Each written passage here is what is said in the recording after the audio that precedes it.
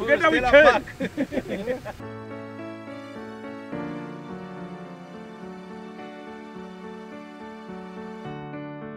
Uburongozi bw'ibanki CRDB mu Burundi bwagendeye ishure rishasha ry'akarorero Stella Park International Academy riri muri Komine Cibitoke mu ntumbero yo kwirabira aho bagejeje ibikorwa. Mu gihe iyo banki isanzwe ari umufatanyabikorwa w'ishirahamwe IPSDI ryubakishije iryo shure.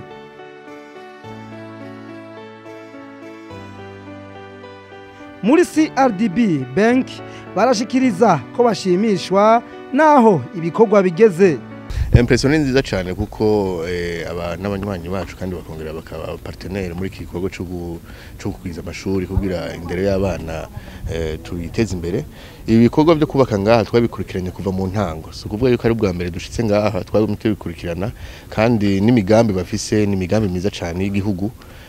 Umva hari abanyeshuri benshi bazoza kwiga ngaha mu ntumbero yo kuzoba les intellectuels bari hejuru cyane. Rero imigambi bafise turayizi kandi tuzokwamana nubwo batanguriye ku banyeshuri bake bafise programme yo kugira expansion, kandi turabemereye ko CRDB zo kwamira inyuma yabo.